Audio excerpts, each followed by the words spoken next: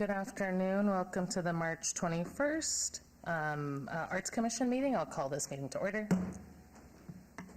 Can we have a roll call, please? Chair Clevin. Here. Vice Chair Hackett-Morgan. Here. Second Chair Douglas. Here. Commissioner Plaster. Excused. Commissioner Bednarchek. Here. Commissioner Roberts. Excused. Commissioner Westfield. Here. Commissioner Dodson. Here. Commissioner DeSantis. Here. Commissioner Chirk. Here. Commissioner Chi. Here. Commissioner Lee. Excused. We have a quorum. Thank you. We'll move on to item 2. Are we in compliance with open meeting law? We are. Thank you. All right, item 3, public comment. Comment during this portion of the agenda must be limited to matters on the agenda for action. If you wish to be heard, please come forward and give your name for the record. The amount of discussion as well as the amount of time any single speaker is allowed may be limited. Do we have any public comment at this time? All right, seeing none, we'll move on to item number 4 for possible action, approval of the final minutes by reference of the regular meeting of February 15th, 2024. I motion to approve. Commissioner Chi. Commissioner Hackett-Morgan, second. All in favor? Aye. Aye. Aye. Aye. Great, motion passes, thank you. And now we'll move on to item number 5, report by me regarding monthly summary of current initiatives, cultural events, and opportunities.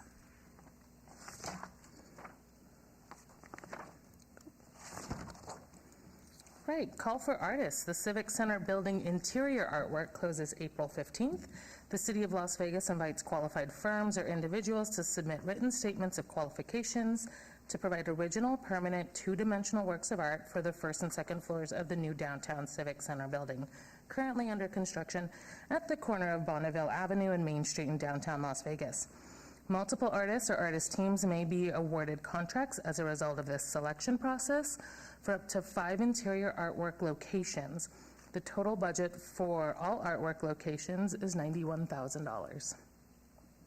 The African American Heritage Exhibition, a collection of the inspirational Black experience, curated by Joseph Watson, will be open until April 25th at Las Vegas City Hall Chamber Gallery.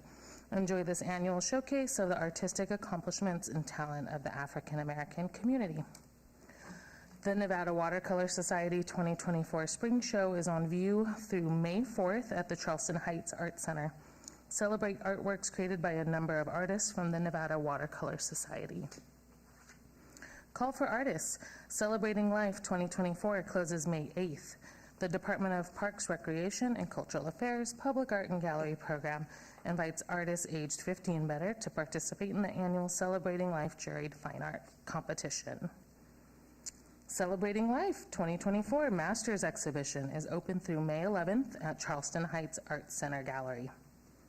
The Lunar New Year of the Dragon will be on view through May 24th at the historic Fish Street School Mayor's Gallery. It's free and open to the public. For more information about these events or more Department of Parks, Recreation, and Cultural Affairs programming, please visit www.artslasvegas.org or call 702-229-ARTS. Okay, commissioners, do you have any items that you'd like to let us know about? This is Commissioner Hackett-Morgan. I'd just like to ask for information about this art contest about the Goodmans. I've been trying to, is that the county or is that the city who's doing this? This is Holly Lay for the record. I believe that is a private business that's hosting that event. It's not affiliated with the city. Yeah. This is Commissioner Chirk. I want to invite everyone to the Nevada Arts Council Nevada Creative Conference. This year's theme will be around intersections. It will be held May 30th to June 1st at the Renaissance Reno Downtown Hotel. The program overview will spend 3 days connecting with Nevada's diverse arts and cultural community of artists, educators, arts, business, and community leaders. Join us for a full schedule of workshops, art tours, networking, learning, and collaboration opportunities. Registration is open now, and more information can be found at nvartscouncil.org.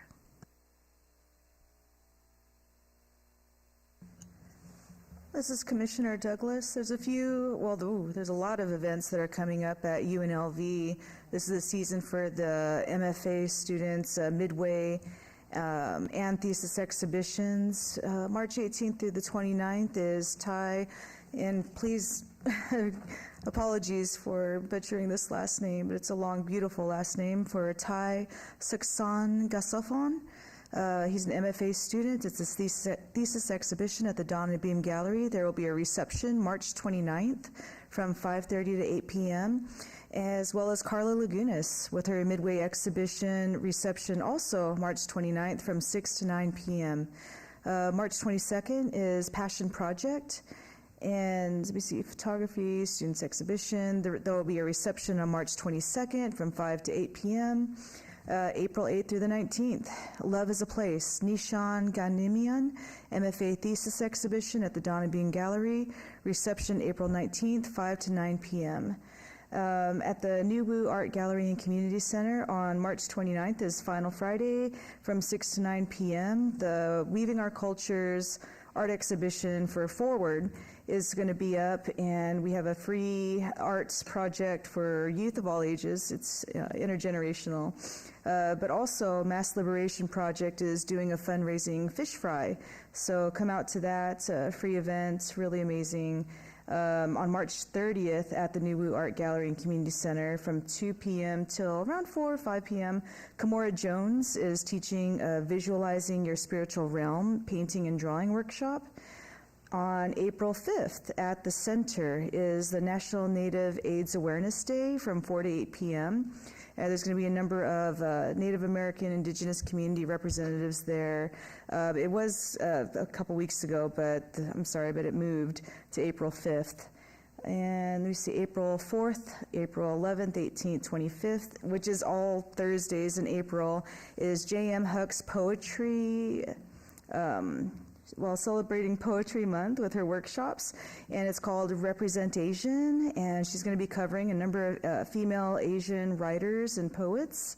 So please come out to that at the New Wu Art Gallery and Community Center every Thursday in April. Also in April, April 12th, Friday, 6 p.m., Superior Chook, another workshop, and you could sign up for that at newwuart.com. And not to be missed is April 19th through the 20th is the Powwow for the Planet, held at UNLV with the Native American Student Association and other indigenous organizations. Thank you. Commissioners on the line, any events? Okay, hearing none, we'll move on to item number 6. A report by Cultural Affairs staff regarding a monthly summary of current initiatives affecting all wards. Holly Lay for the record. Good afternoon.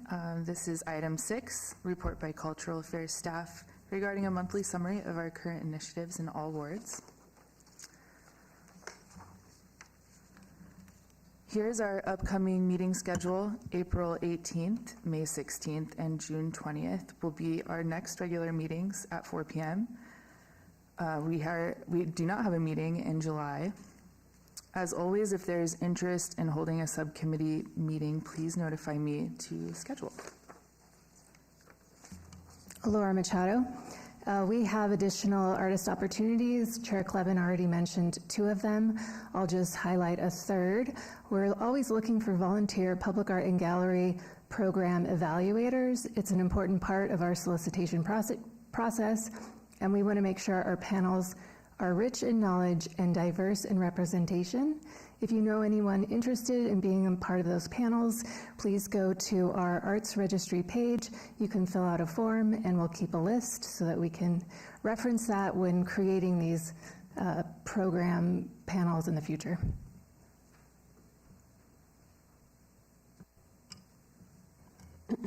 This is Mary Sabo for the record. We're working on the Casino Center Pocket Park Sculpture Project located at Casino Center and Artway. This artist team CR2, which consists of Randy Mendre, Caitlin Seville, and Robert Gertison, have been selected for this project and are working on engineering documents for the sculpture titled The Seed. Holly Lay for the record. Artist Eric Vizzola has been hard at work with his team at the Charleston Underpass. They have begun at the eastbound lane and moving quickly and on schedule. The mural will likely be complete in 4 to 6 weeks. Laura Machado. The city has contracted with an art consultant for the Civic Center Plaza second sculpture project. Michelle Quinn, Fine Art Advisory, will facilitate artwork selection. Michelle will be presenting to the Arts Commission at the May Arts Commission meeting, so we look forward to hearing her presentation. Rebecca Holden for the record.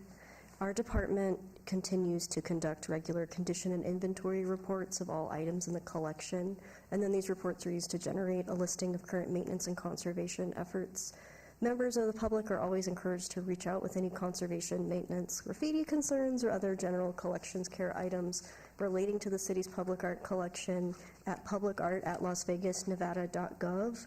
We are working on our annual inventory right now, so our staff is focused on reaching a May 1st deadline to make sure that they've set eyes on every single asset in our collection. So we're really excited to have that prepared in advance of the May 15th deadline. It needs to be submitted to our finance department. And also, we continue to address the graffiti abatement with the most pressing items with the utility cabinets. This is Mary Sabo. We are working in partnership with Neighborhood Services and Public Works to complete a mural project at the Health and Wellness Center that's located in the Corridor of Hope at 1450 South Main Street. We held our evaluation meeting this week, and we're just waiting on a few final approvals, and we hope to be able to notify the selected artist next week.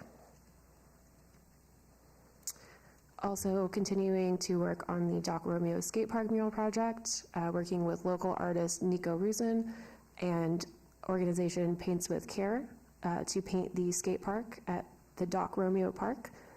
We have a QR code survey that's up right now for community input, and we are also planning a community event that will be taking place April 13th and 14th at the park.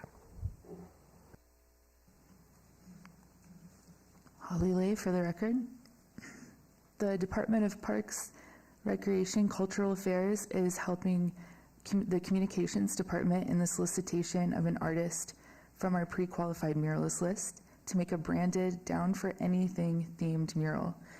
They want the artist to be local and to be able to tell their story as part of the Downtown LV branding campaign.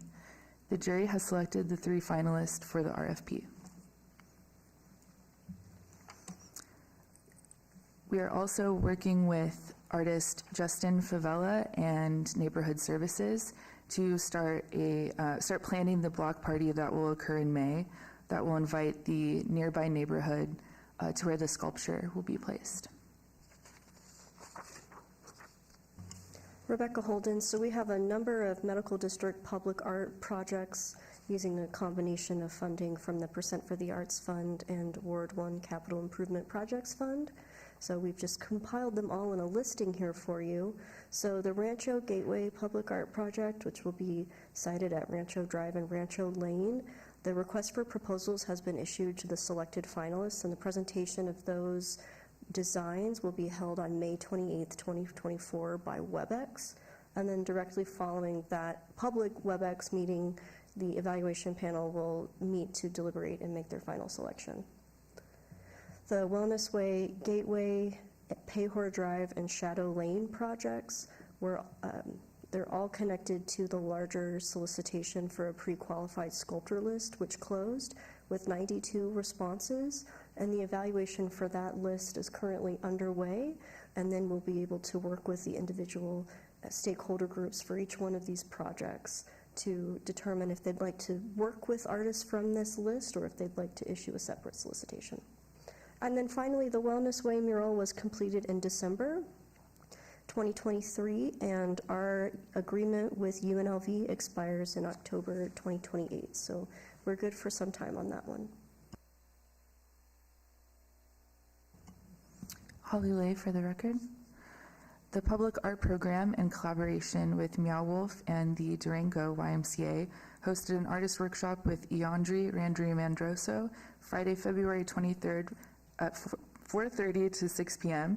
Iandri has completed a design from the feedback at this workshop. The design features shapes and colors from the drawings done by participants. Painting is beginning next week with a community paint day to be announced. At the workshop event, we had a large donation of hundreds of skateboards, backpacks equipped with protective gear, and art kits to decorate the individual skateboards that were given to all of the children in those programs in the surrounding area. So far, the donor has remained anonymous, but if anyone has any ideas, we'd love to hear. Thank you. And that is our report by Cultural Affairs staff regarding our monthly summary of current initiatives in all wards. Commissioners, any questions? This is Commissioner Chirk. I just have a question about the public art evaluators. Do they need to be residents of the area, or are there any requirements? This is Laura Machado. They do not need to be residents. Actually, we have some people from out of state currently on the list.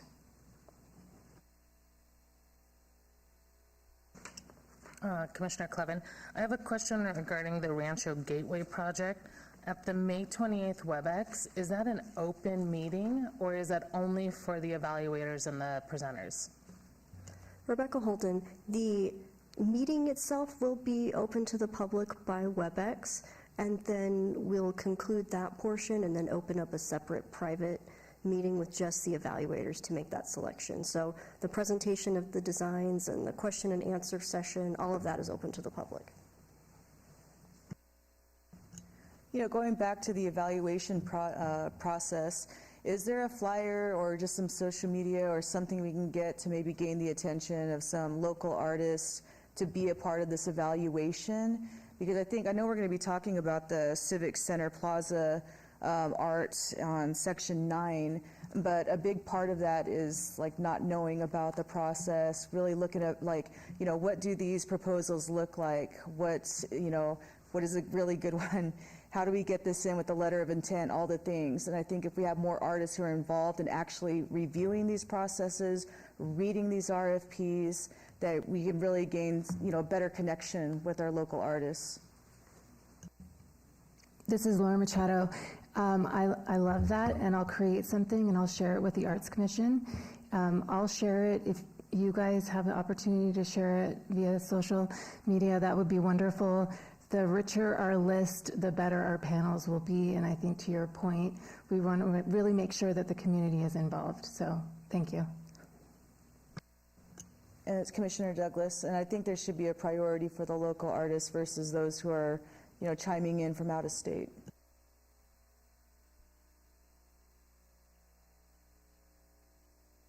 Commissioners on the line, any comments on the report? All right, hearing none, we will move on. Thank you very much for that report, very comprehensive. We'll go on to item 7, discussion for possible action regarding the public art master plan affecting all wards. Thank you, Chair Clevin. This is Rebecca Holden for the record. You all have before you a spiral-bound hard copy of the public art master plan. There are a couple of revisions in this one so the one that posted on the 14th, there's just a few revisions from that one to this one. And then I'll share a presentation about the plan, and then I'll open it up at the end if there are any other feedback items, revisions, anything like that that we can make a note of at this time. So if you'd like to hear a brief summary and overview presentation about this current plan, we're really excited to present it to you today. So this is also accessible online at lasvegasnevada.gov/meetings. That'll take you right to the city's PrimeGov page, and you can access all the meeting backup materials that way.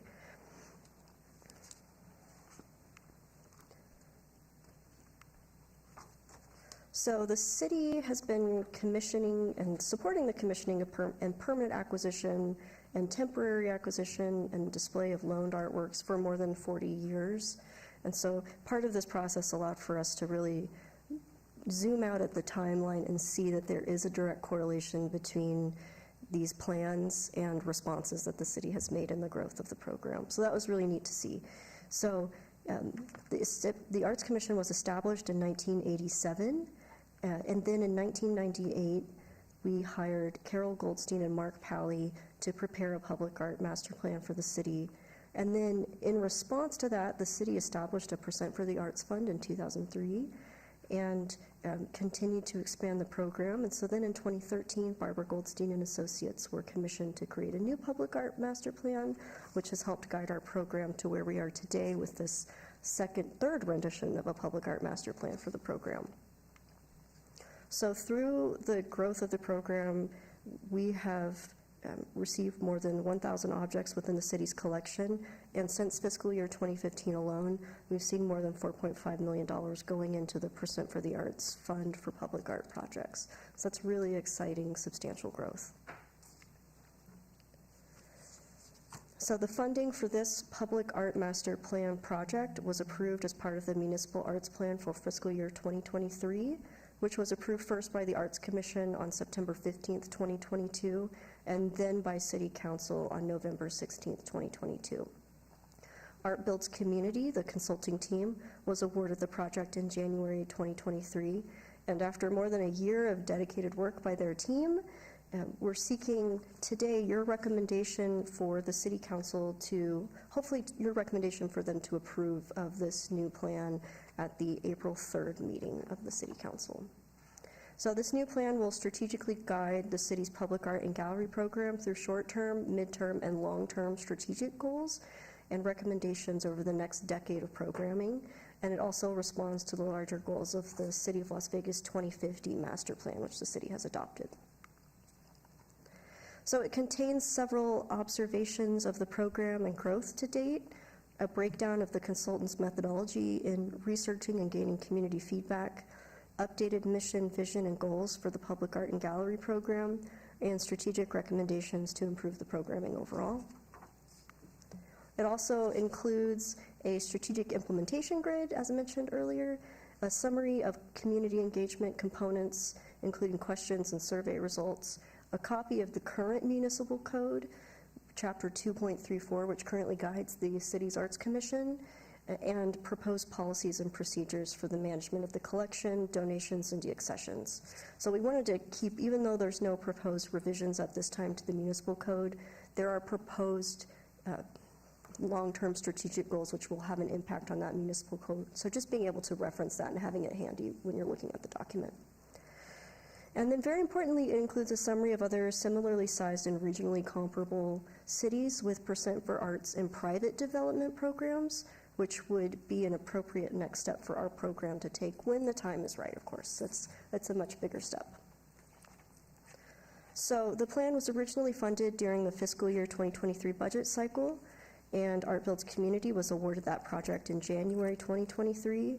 And then this timeline really is a zoomed out version showing you how the planning process took place, developing and evolving to our final feedback and plan today. Community engagement was really key in the process, followed by the Art Builds Community team. So we kicked off this project at the 2023 first annual Las Vegas Arts and Culture Summit in February, which was hosted by the city. And our consultants were able to make some key introductions with everyone at that point. They gave a nice presentation and overview of their process, introduced themselves, and they were able to learn also about the larger arts community outside of strictly the public art realm. They again visited in May and made time to meet with council members and their arts commissioners and learn more about the city's program and collection. And I will note that this content is pages 82 and 83 is the revisions that are posted to date. It's just a compilation of everything that occurred in a chronological organization. And throughout the planning process, they also had presence and engaged with members of the community at the May 2023 First Friday Art Walk, the second annual Symphony Park Fine Arts Festival, and the Bridges Exhibition opening reception and Iridescence Market at New Art Gallery and Community Center. They were really thoughtful in their approach, and they also made sure to have artist-driven engagement activities by partnering with New Arts Collective for that.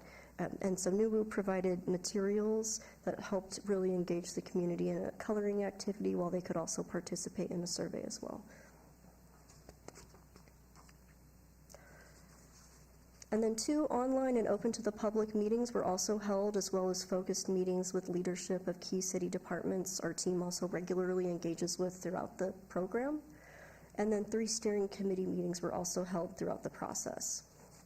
And focus groups with representatives from the private development side were held as we work towards learning how to build a program with alternate and additional funding sources. And then if you may recall, they were here in October at the October Arts Commission meeting, and Amanda provided a PowerPoint presentation really summarizing the feedback of the surveys, community engagement. And then in addition to that, they also studied a number of plans the city's previously developed in order to identify opportunities for artwork to respond to those recommendations within those plans. We have a lot of subsets of city planning documents, and they all call for arts and culture to be a key part of that in some sense. And so really making sure that this responds to that in a way that is connected.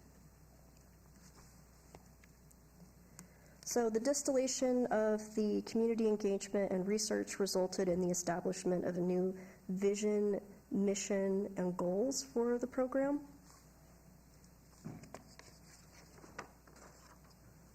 And those are once again in alignment with the city's 2050 master plan, including addressing innovation, livability, equity, resiliency, and engagement using the arts. And resulting from that research and community engagement, Art Builds Community identified 8 distinct recommendations for the program, addressing the areas of telling diverse stories of the community, enhancing the experience with the natural environment, supporting neighborhood revitalization, supporting local and regional artists, educating the community about the collection and the program, increasing support and participation in the program, expanding funding opportunities, and updating policies and procedures. So these recommendations were then incorporated into an implementation grid, strategically guiding us as to how best to accomplish the items identified within the recommendations, looking at the short term over the next 2 years, the midterm of 3 to 5 years, and the long term of 6 to 10 years. The short-term items focus on program-wide policy improvement processes and improvement processes, including the adoption of a collections management, deaccession, and donations policy, as well as greater focus on incorporating engagement within our existing projects and programming. And then this helps to make sure that we're maintaining our strategic alliance with industry-wide best practices, setting us up for success. So really looking at is building the roots and the foundation is really strong, and then going up from there. So then moving into the midterm items, these really address and more of the planning and preparations phase for some of the long-term goals, and then they also build upon those successes of the short-term goals. So projects and programs which may require changes in response to the completion of short-term goals may begin to take form or be implemented within this phase of the implementation grid. So we're course correcting where we can with things that are currently moving forward, making sure we're applying all these recommendations. And then the long-term items really focus on the commissioning of new projects in alignment with the plan and building upon the policies, procedures, and programs adopted leading up to that point. So this isn't to say that we couldn't begin to incorporate some of these project recommendations into our conversations around new project development, but it also allows for us to honor and conclude some of the projects, or all of the projects, we've already committed to and are currently trying to work through. So it doesn't dictate that we need to add more projects to the current list, but it guides how we really think about those projects and strategically align those moving forward. And so this is, so we'll be able to complete those current projects, since these typically take more than 1 year to complete. But as we close those out, we'll be able to incorporate these. So we're not by any, if we're moving ahead of schedule, that's perfectly fine. That's great news. So we're not beholden to sticking within this specific schedule if things are aligning more appropriately. And then really excitedly, we have this, as previously mentioned, the summary of other similarly sized and reasonably comparable cities with % for the arts and private development programs. And that would be just a really, that's a dream item for us to really look at in the long term. And so this breakdown details the city, state, and population, as well as the department within the organization, which would oversee their programs. And it demonstrates which cities have a public % for the arts program, just like the city of Las Vegas does, and which cities have, in addition to that or separately, a private % for the arts program, and even if they offer any sort of granting programs. So it really looks at possible future growth.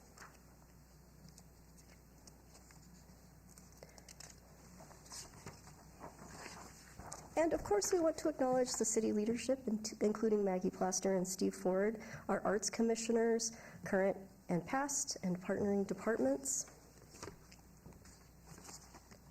our steering committee members, the Art Builds community team, the Las Vegas Clark County Library District, the Barrick Museum of Art, New Art Gallery and Community Center, Kathy Thomas, our former director of the Department of Community Services, our team of full-time staff, and those all who participated and engaged in the planning process, took the time to take a survey, color a coloring book page, be at the event, take a part, call me. The people that called me and just offered feedback, all of it's so appreciated, because it all really led us to this moment now. So a genuine thanks from all of our team to everyone in the community. So following today's presentation, the plan and the recommendation from the Arts Commission regarding the plan will be presented to City Council on April 3rd. So looking at the internal timeline, that agenda has been finalized already, and so they're just in the process of getting the backup finalized at this point. So what the plan is for this plan is I'll now open it up for any feedback, questions, comments, any recommendations for changes. And then I will, depending on the level of those changes, we can ask for the plan to be approved with changes, and then I can make those changes and send them on so they can be included in the version that City Council receives for their final vote. But I will defer to the chair and the members as to how we proceed from here. Thank you. All right, good time to ask your questions, commissioners. This is Commissioner Trick. I would like to propose a small change on recommendation 7 under G on page 45. It's the first bullet, and it says the Nevada Arts Council offer a community arts development grant.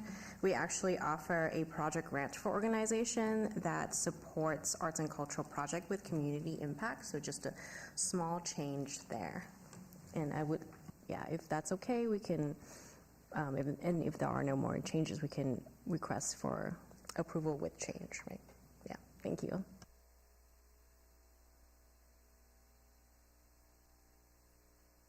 Okay. Commissioners on the line, any questions? This is Commissioner Hackett Morgan. Excellent job, staff and all involved. I feel incredibly old today, and I'll tell you why. It was my recommendation in 1992, when some of you were not perhaps born yet, to bring Barbara Goldstein and Mark Pally and Carol Goldstein out here. And this was for a project, Cultural Affairs at the time was looking for recommendation of what to do with the old post office, which is now the Mob Museum. I feel really old, but I also feel really good seeing how much growth this city has accomplished in this area, because I remember when there was nothing. And I remember when a lady on the street took a swing at me for Ground Zero, because her daughter was going, "Oh, Mom, I love it. I love looking at it. It's so pretty." And she was like, "You shut up. It's a terrible waste of taxpayer money." I, of course, being an arts advocate, had to say, "I think we should listen to her." But I just want you to know, I took a swing for the city, and it's really paid off in a wonderful way. This is a great plan. I mean, I have known Carol Goldstein and Mark Pally from going back to my San Francisco days with the Exploratorium. They are exceptional consultants, and I couldn't be prouder to have played a little tiny part back in the day of getting their names in this city. So bravo. Thank you.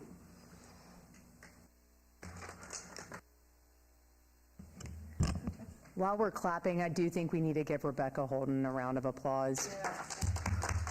Because this was a ton of effort. She's been focused on this for months. I mean, I don't know how many times she read this plan to make sure it's like 100% perfect, but I just want you to know how appreciative I am, and I'm sure we all are, for all of your work. Yeah, this is Commissioner Roberts. I just want to say how much, as I was going through the study and making my notes of it, I'm just so impressed by the goals and the recommendations, those 8 recommendations. I'm really excited about recommendation 6 and all that goes into that, and getting the knowledge out to see how the city has grown. Obviously, I haven't been here since San Francisco days. We're relatively newer, but I'm very proud of the city and the way that it is going, and this is a huge part of becoming who I think Vegas is meant to be. So well done.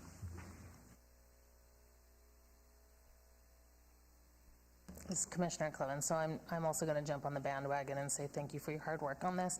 I think when I first started in the Arts Commission, I remember thinking I really need a manual. I need a guide. I need what's the vision of what's going to happen here. I think this provides that, and it breaks it down into really attainable goals and long-term vision. So thank you for your hard work on it.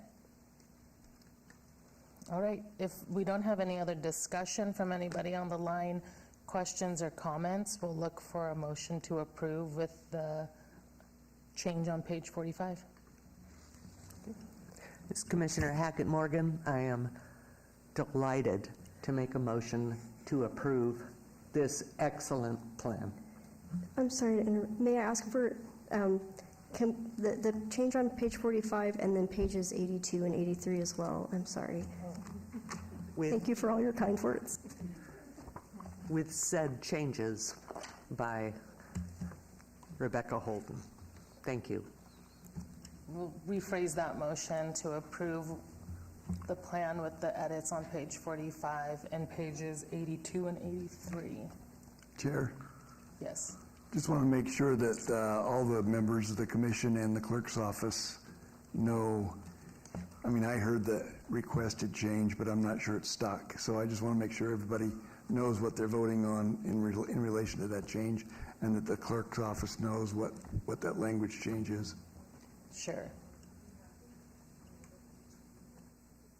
Rebecca Holden, I'll summarize the changes.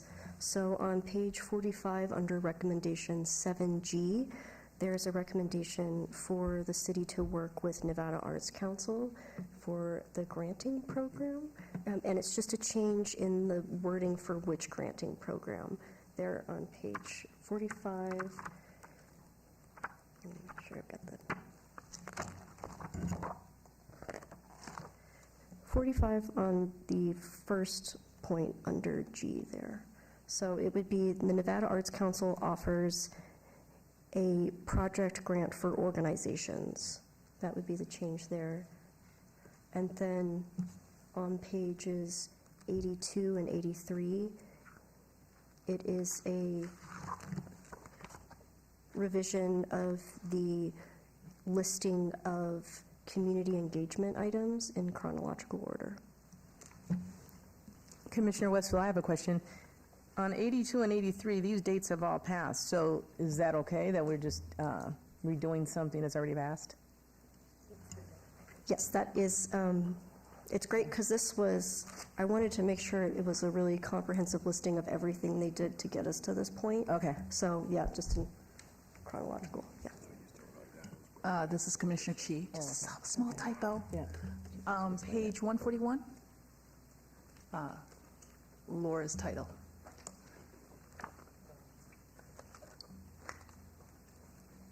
Just missing an A in manager. Well, I think manager is a better term than manger, so thank you. So the requested changes are then on page 45, recommendation 7, item G, under the first bullet point, pages 82 and 83 with the reordering of the information in chronological order. Page 141, a correction of manger to manager. And that's the motion, which has been issued by Commissioner Susan Hackett Morgan. Do we have a second? Commissioner Westfield, Great. All in favor? Aye. Aye. Aye. Aye. Aye. Aye. Aye. Any opposed? All right, seeing none, thank you. Motion passes. Congratulations to our staff and to the city for having this document, yeah. All right, we will move on now to item number 8, a report by staff regarding the public art solicitation and selection process affecting all wards. Thank you, Chair Clevin. This is Rebecca Holden. I'm back again for another presentation. This one may get less applause, but that's okay. This is actually a reintroduction of materials previously presented at the November 2022 regular meeting of the Las Vegas Arts Commission. So since we've had some changeover with the commissioners since this information was last presented, and we've also received questions about our process, we thought it would be a good refresher to provide this. So I've combined it in November 2022. It was 2 separate presentations. So one about the solicitations process and one about the evaluation process. It's combined in one for you today. So I'll first share a statement summarizing the best practices the city follows during public art projects. I'll give you a brief overview of the Nevada revised statutes. I'll provide some common public art solicitation methods. I'll give you a sample of possible evaluation criteria for public art projects. And then following that, I'll switch to the evaluation panel side. And so I'll give you some information regarding the makeup of the panel and their roles. And then also, as backup for this item, we also have a printout of Nevada Revised Statutes 332, which is the state law that dictates the purchasing for the state for public agencies. And then during the presentation or following at the discretion of the chair, you can stop me in the presentation, I can answer any questions, or we can wait till the end. So our team works in alignment with the city's Purchasing and Contracts Division of the Department of Finance to deliver the public art projects and programs in alignment with the larger Nevada Revised Statutes. And then we also follow the recognized best practices within the public art field. So our Purchasing and Contracts Division is a team of dedicated professionals that support more than 20 city departments, all in the procurement of a variety of goods and services needed to run by the city. And so their team is tasked with ensuring procurement processes and making sure that they're equitable and that the community receives the best value for tax dollars expended. And so part of that includes the inclusion of evaluation panels in our project development, solicitation, and selection processes to ensure a variety of diverse perspectives are applied when evaluating the materials submitted by applicants. So Nevada Revised Statutes, when you get into it, it's really looking at professional services or goods and services and the breakdown of that. So it doesn't get into arts-specific items, but depending on the project, those would be categorized under professional services or goods and services or construction projects. And so each one of those has different requirements. So We do refer to and reference the Nevada Revised Statutes 332 from time to time, and so that's that section that governs our purchasing processes. And so whether the city's purchasing asphalt or artwork, it's all the same as to how they have to go about procuring it. So that's the basic and the basis framework for how solicitations can be structured and advertised, and it's based on dollar amount in the goods and services category and any applicable exceptions that fall within there. So each state has similar laws governing their procurement processes, and that allows for open and fluid commerce trade nationally and internationally. So this summarizes the solicitation process if you were following a request for qualifications, which would be our most standard solicitation process that we follow, but it can be used to demonstrate the overall process and workflow, really regardless of the specific solicitation pathway. There's just, you change a few words and you think theoretically it takes out a few steps, but it really doesn't. It all just requires so many steps. So we'll start any project with the development of a scope and establishment of a funding source. And then we'll identify the evaluation panel and work to develop the solicitation materials in alignment with the direction from the evaluation panel and stakeholders. Then the solicitation will be issued. And so for requests for qualifications, or RFQ, or RSOQ, the applicants would submit their qualifications within a deadline. And then once the application period concludes, the evaluation panel would meet to select the most qualified candidates to develop proposals, which would then be presented to an evaluation panel and the public. And then one finalist would be selected and a formal notice of award would be issued, during which time any other applicants have an opportunity to engage with the city's purchasing team regarding the award. So that's their chance. The public notice goes out that these artists are being awarded, and then if you applied for it and you didn't get it, that's a great time. That's your public window of opportunity to contact the city's purchasing department and get more information about that. Or if you so choose to dispute that, that would be your time to do so. And then the finalist is officially awarded the project and the contract negotiations begin. And then we negotiate and execute that contract, and then the artist works to complete the project in alignment with the milestones they have listed in that contract.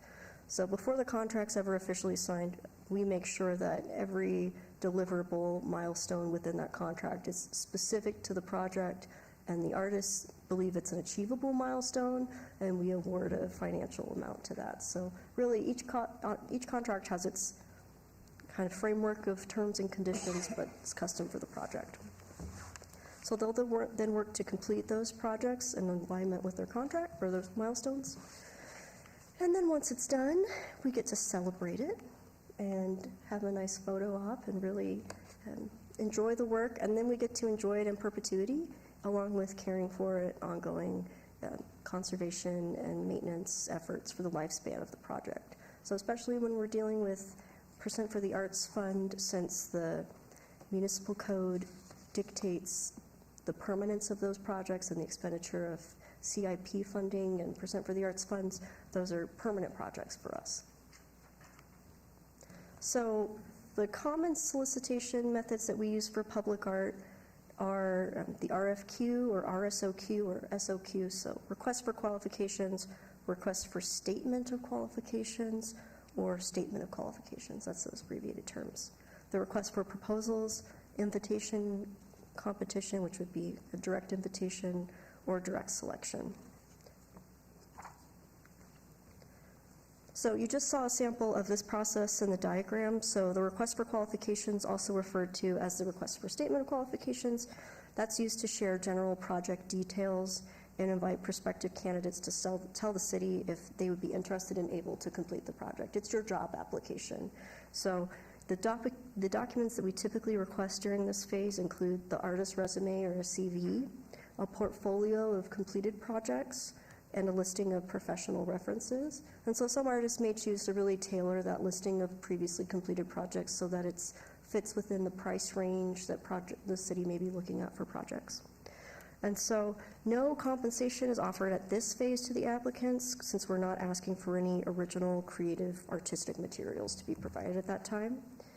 And then this is generally that first step in a two-phase process, where then a limited number of qualified applicants who've been evaluated and deemed to be qualified for the project would be selected to develop proposals for the project.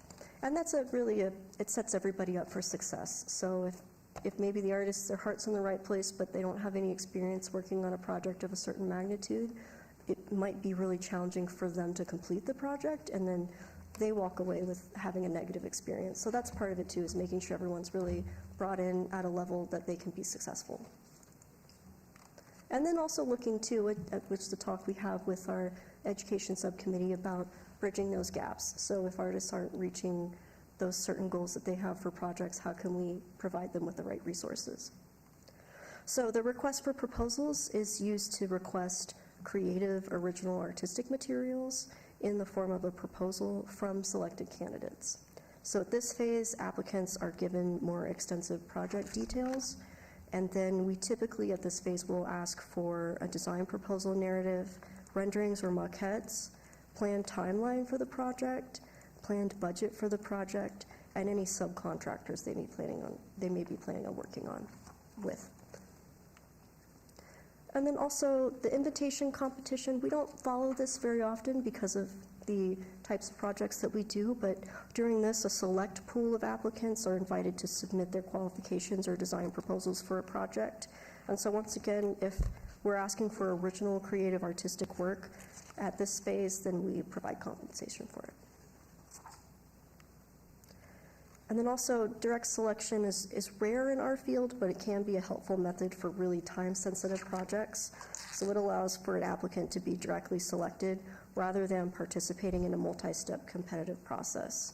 So that we could, with some of the pre-qualified muralist list and the pre-qualified sculptor list, we have the framework for pulling from a pool of applicants, but that's still, it wouldn't necessarily be considered a direct selection, considering there was already an application and evaluation process built into that. All right, so evaluation criteria, what are we looking at? Well, regardless of the project or the solicitation process, there's generally a set criteria used to evaluate these materials that are being provided, and that once again just ensures the applicant is capable of completing the project successfully rather than setting them up for failure. So we look at their credentials and experience, training and professional recognition, the proposed budget and ability to successfully complete the project within the proposed budget, ability to work with committees, fabricators, installers, and other construction and administrative logistics associated with the project. There's a lot that goes into some of these more complex projects that take years to complete.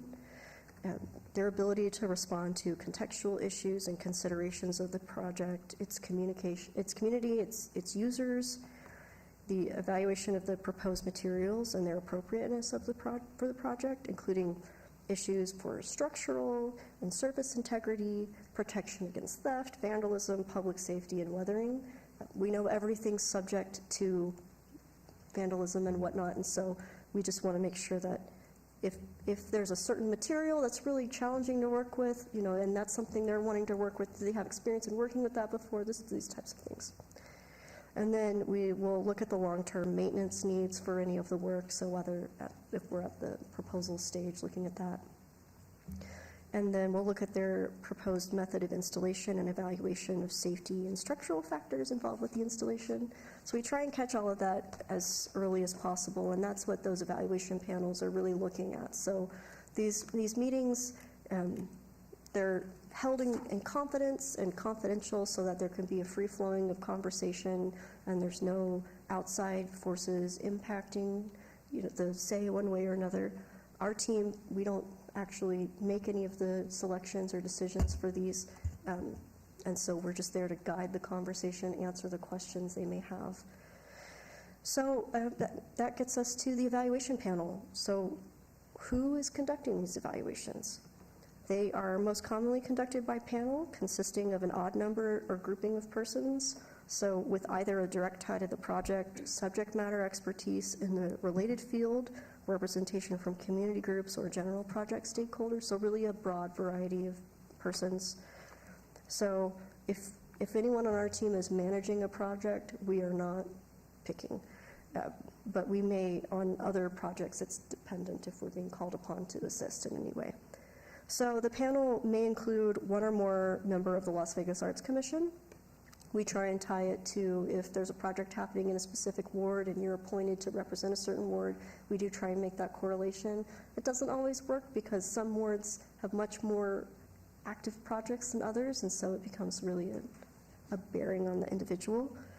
We'll have one or more artists or arts professional, artists or one or more community stakeholder, project stakeholder, department representative, city council representative, and or one more applicant from the call for evaluators, which I'll get into that in a little bit. But shout out to Sapira, who made that call for evaluators for us, so thank you. So what is the obligation if you are an evaluator? It is a lot of work. So they're obligated first off to certify that they're eligible to serve. So, and then they need to take the time to review and score all the materials received during all phases of the project and attend all the meetings, whether those are offered online or in person. We do try and be as accommodating as possible when you're serving as an evaluator. If you prefer to see everything printed out, we will deliver you hard copies. If you can only meet online, then we'll make sure we schedule those meetings online during a time that works for you. But it is a lot of work, especially when we say, well, we love boosting these calls and getting as many applicants as possible. Well, if you have 92 applicants and each application booklet is maybe 10 pages long, that's a lot to review. So we do try and be conscientious of that. So in most projects, the evaluation panel is identified early on within the project so that we can ensure the solicitation is really an accurate representation of the project that's being desired. And then the panelists are called upon to review and evaluate at multiple points again throughout that process. So it's not a one and done engagement, it's at multiple points. And then evaluators must also certify that they will maintain confidentiality. So even city staff are not permitted to disclose information to other city staff. So we all have to sign, even though we may all be working on other projects, if I want to see a project, I have to make sure I've been certified as part of that process through the finance department. And so also the evaluators must not have a personal interest in the outcome of the project, and so they can't also accept any gifts from applicants. So that's why the confidentiality is really important. You don't want to accidentally, word gets out that you're on a panel and suddenly everybody wants to take you to dinner. As nice as that may sound. So these certifications and adherence to them really ensure the integrity of the project is maintained throughout the process. So this is a sample of the evaluation certification the evaluators would receive. So they'll get a listing of everybody that's on that applicant list, and then they must be able to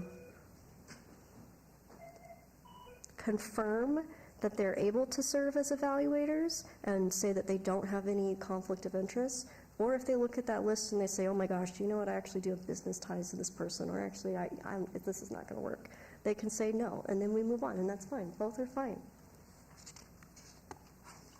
So that call for evaluators, Laura mentioned it earlier, but that is posted at there's multiple ways to get to it. All these links are listed here.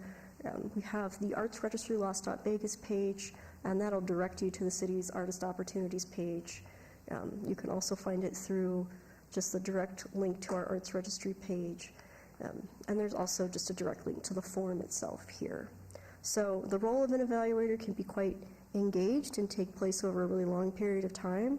However, it can be quite rewarding and a chance to really be involved in the development of these projects and really be greater engagement in the community. So if you know of someone who's interested in serving as an evaluator, the interest form is available at these links, and we have been accepting responses since August 2021. So for this form, artists or applicants are asked to submit their name, email, and phone number. They're also asked to provide their address, their ward, their occupation, and their employer. And then they're also asked to submit a resume or bio and complete a voluntary diversity questionnaire opportunities page. We have the link to the Nevada Government e-marketplace, which is where those solicitations are noted, a link to the Nevada revised statutes, and just a general link to the public art best practices from the Americans for the Arts. Thank you all. I will now end this presentation and open it up to any feedback you may have or questions. Commissioner Chief, for the record, so can you give me an example of a situation where an artist has not completed a project and there's a breach of contract in the past, and what happened there? Yes, we have in the past had projects where the artist was not able to complete the project, and luckily our contracts are great. They're really clearly define what situations are, and when the situations arise, how to respond to those. And so we have a provision for termination of contracts, so whether it be breach of contract if they can't complete milestone A, but we do try and work with them as well. So if it's just a matter of having an addendum for the contract so that maybe we need to change the way a milestone is worded or add an extra step in there, we really do try and work with them. But we have had it in the past where there were too many restrictions with fabrication. That's one thing we really run into is because of the Clark County Building Code.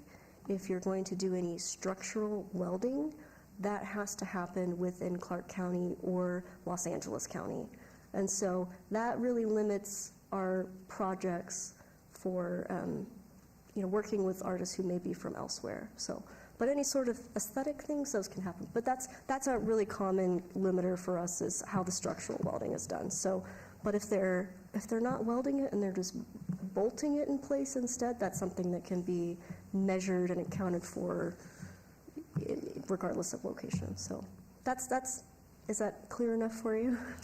So then that means, though, the city takes a loss, though, usually, if the person just couldn't complete the project for medical reasons or, something else. So then we just take the loss and we go start over on finding a new artist. And luckily, that hasn't, the project, I'm sorry, the project I'm thinking of, we actually, for an example, and I gave a presentation about this, I think, some time ago, so I'm sorry if this is old information or new information. Queen of the Arts project, which was unveiled, I believe, in April 2021, that was a project where we'd originally hired artists from Florida, and we ran into issues with weld certifications from the fabrication happening in Florida and then not being able to certify those here. And so in that case, it actually worked out fortuitously where we didn't have to take a loss. We were able to partner with the Mayor's Fund for Las Vegas Life, and then they sourced funding to supplement the additional costs through the Howard Hughes Corporation. So Howard Hughes Corporation partnered with us, provided us with additional funding to transport the already fabricated pieces out here, and then we worked with the sign company to make sure everything was assembled as per the artist's original intent. So while we weren't able to, just because of the regulations for structural fabrication, have them complete the fabrication, and it would have been too complex for them to have come out here, gotten their certifications out here to be welders in Clark County, sought out a space that they could, it just would have been a lot of burden to ask for them. And so at that point, we terminated the contract with everything they'd done up to that point, and then we subcontracted out to complete the fabrication. So we do try and find creative ways to make sure that the artists aren't taking a loss and that the city isn't taking a loss, because we do really want to be responsible for that funding. Thank you. This is Commissioner Douglas. I have a few questions, and I think we'll just go one by one. So artists who apply for a project, let's just say they don't get that project, can they inquire about their application, like what was strong, what can be improved? Is there an open door for that? And has anybody taken advantage of that in the past? Rebecca Holden, great questions, yes. And so since the projects are facilitated through purchasing and contracts most often, they will be able to get in touch directly with the purchasing and contracts specialist and connect with them. And from my understanding, that happens on a fairly regular basis. And so there is a connection. They have been able to meet with the contract specialists, learn about the process, and maybe where things went wrong, and they're also able to get, I think, a more complete understanding of the evaluation process as a whole. I don't know, Laura, if you have anything to add to that. Laura Machado for the record. I was just going to add to it, yes, I've had artists outside of the purchasing and contracts solicitations reach out to me directly, and I'm not sure other people maybe too. And we go through their proposal, look at the examples that they've provided, and then I've seen in their next submission drastic improvement. So if anybody is interested in receiving feedback or even wondering why didn't I move on to the next step, we welcome them to set up an appointment with us, and we'll go through each, your resume, your letter of interest, your past images, so that you can get a better idea of what the evaluation panel is looking for. My second question is for the panel evaluators. If somebody is applying to be a panel evaluator, is there a stipend or anything for that, or is this completely voluntary? Rebecca Holden, at this time, the majority of our projects, it's voluntary, and I think that's a big hurdle for us to try and figure out how to come to terms with, because we recognize that it's a lot of unpaid labor going into that. And so in our 1998 Public Art Master Plan administrative regulations, it does recommend that we offer an honorarium or a stipend to project evaluators. And I know it's been done historically in the past, looking back probably more than 15 years ago. But then that's part of why, for the Public Art Master Plan Steering Committee, I wanted to make sure we built it into the budget to offer an honorarium, because I think there's a way we can do it and build it in so that it's compensating people for their time, it's encouraging them to be a part of it. But I think that's a great question, and it's a great thing that we need to strive to be better at incorporating into all of our projects. And then for the panel evaluators, I was just having a talk with, I'm not going to say her name, but we were talking about, with them and their literary processes and getting, these artists in residence for this program. And one of the things that was brought up is, unfortunately, there aren't enough people to evaluate, and sometimes it falls on the shoulders of two people to read all of these proposals. And maybe they can get somebody else, but people simply do not have the time. I know, for me, I'm this ward, and I don't have time to look at every single one, although I try to get into as many as I can. And for myself, it's been really fulfilling, because I'm definitely looking at these RFPs, RFQs, and I'm seeing wow, okay, that's why if I would have applied, it wouldn't have even made the cut, because my letter of intent was not right, or this application was stronger, and I may be able to see and be privy to that. All right, these are these 10 really strong applications, and why.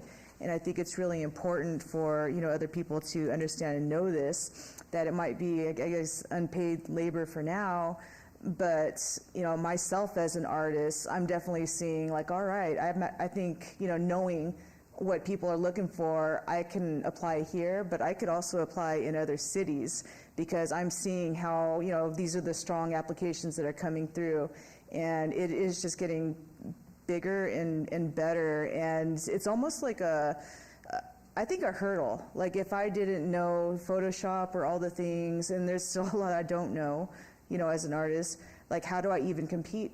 It's really hard to compete. And so just for the audience too, I got involved with the education panel, or what do you call it, education committee with the, subcommittee, because of this too, because I was definitely seeing that there was a lot of artists that were applying, and and if also local artists, why am I not getting this, this opportunity?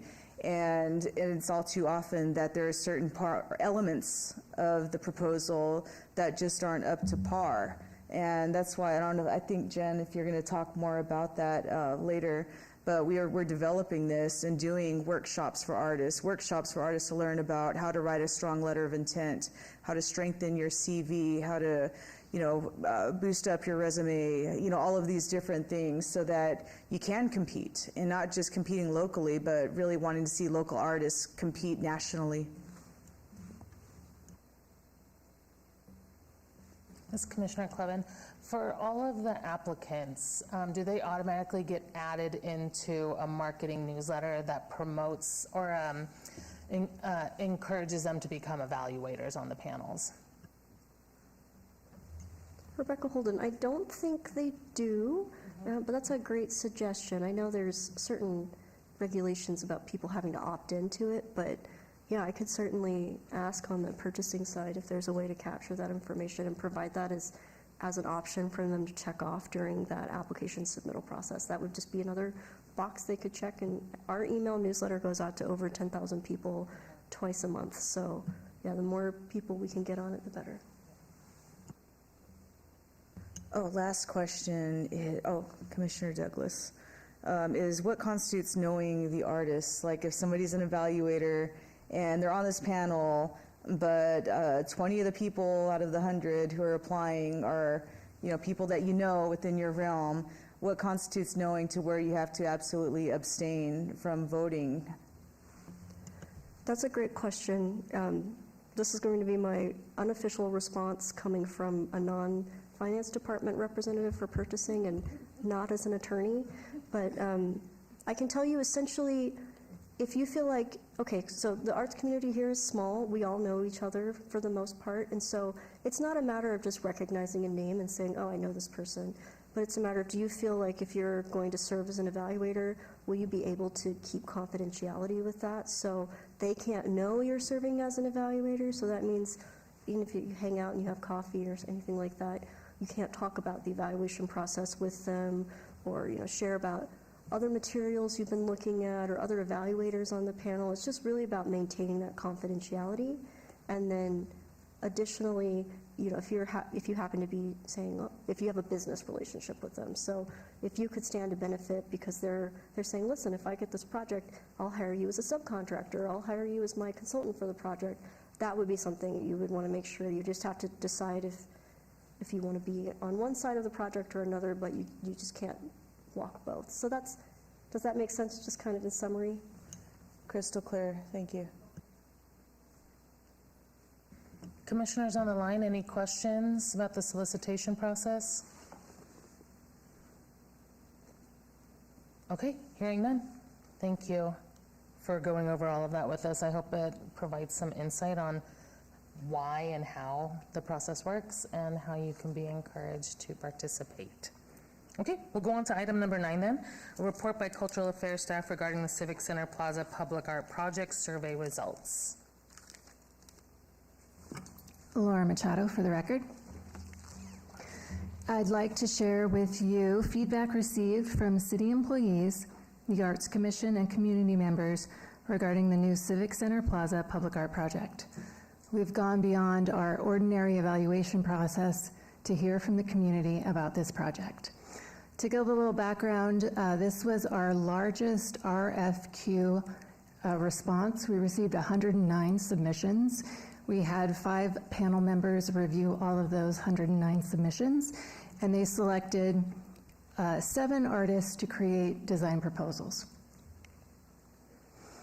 In receiving feedback, we heard from a lot of people. It was a really overwhelming response and turnout. I was really happy to see that so many people were engaged. I'll just go through the results. One of the key takeaways that we received was the City of Las Vegas Public Art Program should promote and support artists working in the Las Vegas Valley. We heard that, we see it, we agree, we need to promote and support artists working in Las Vegas.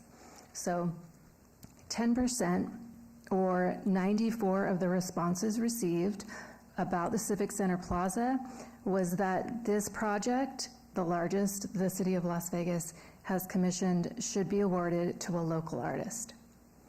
In receiving this feedback on social media, it made us take a look at our program, which was really necessary, and I was really happy to do it, to look back and see, well, okay, how many of our projects are we awarding to local artists? How much of the money do we spend on local Las Vegas Valley artists and suppliers? So in looking at the data from finance, we looked at all of the payments that went out, and 70 to 75% depending on how far we go back. So in the last about 2 years, it's 70%. If we look at a longer range, about 10 years, we see that 75% of the percent for the arts funds have been used to support projects that are produced by Las Vegas Valley artists and suppliers. Also, in looking at our programming in this context, we can see that of the current 6 active percent for the art projects, 5 of those projects are contracted with Las Vegas Valley artists. The Casino Center Pocket Park Sculpture Project is by a local artist team, actually. The Doc Romeo Skate Park Mural Project, also by a local artist team. Life Source, a street enhancement project, also by a local artist. Listos Isurgos Sculpture Project, another local artist. The Meow Wolf Mural Project by a local artist as well. The only active project that we have right now that's funded and contracted through the Percent for the Arts account is the Public Art Master Plan, and that's with the ABC Art Builds community, and they're located in San Jose, California. We are also working on not only the Percent for the Arts Fund, we are really lucky to have funding sources from other departments, from Public Works, from Communications. We work with Capital Improvement Project budget funds. We also have the Mayor's Fund. We also, at times in the past, had grant funding. So this is just a portion of what we do, and we're really excited because it says to us we're doing the work that the community wants, and everyone in the city is looking to support that. So it's really wonderful. And I was really happy to get all of the feedback and the emails that we received in response to this survey. And I think it's something that we could use and integrate moving forward for a lot of our projects, because we want community engagement. The next survey response was for the 3rd most preferred design proposal, receiving 100 employee responses, 1 arts commissioner response, and 80 community member responses that Chroma Nova by Creative Machines should be selected as the project for the Civic Center Plaza sculpture. That's 20% of the votes, or 181 responses. The 2nd most preferred design proposal, receiving 165 employee responses, 5 arts commissioner responses, and 128 community member responses, was Horizon by Soft Lab, with 32% of the votes, or a total of 298 responses.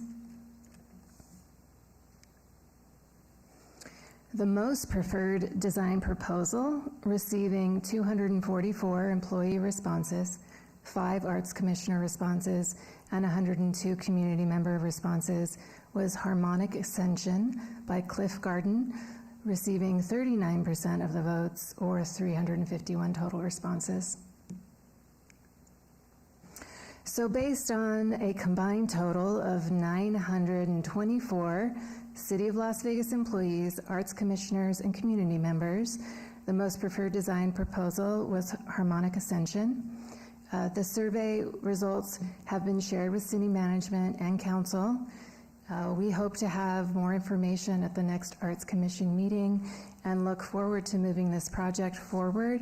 We've been working on this for many years, I believe 3 longer in just the conversation about what we were going to use the funding for. So I'm hopeful that with all this information we can make a decision. I'd be happy to answer any questions if you have any.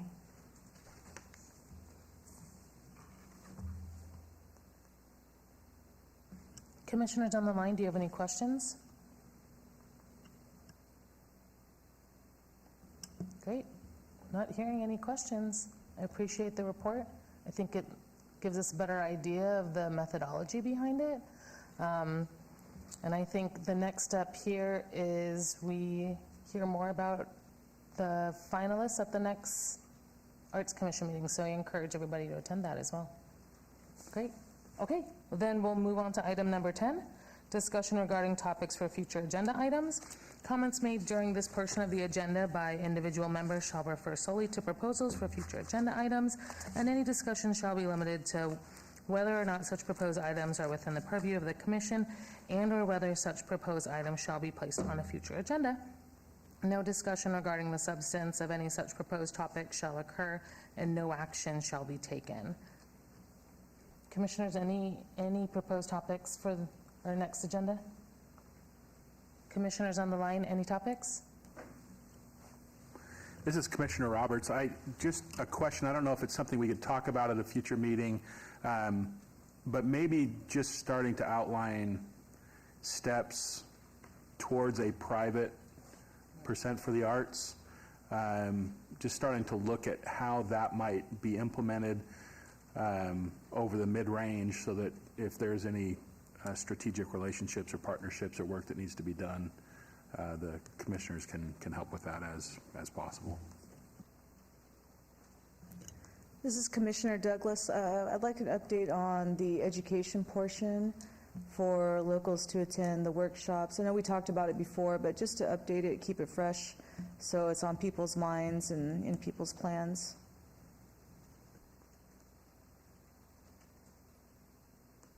Okay, not hearing any other future agenda items, we'll move on to item 10, citizens' participation. Public comment during this portion of the agenda must be limited to matters within the jurisdiction of the commission. No subject may be acted upon by the commission unless that subject is on the agenda and is scheduled for action.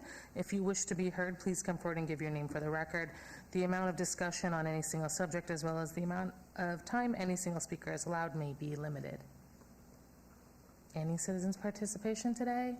Seeing none, thank you for a great meeting, everybody.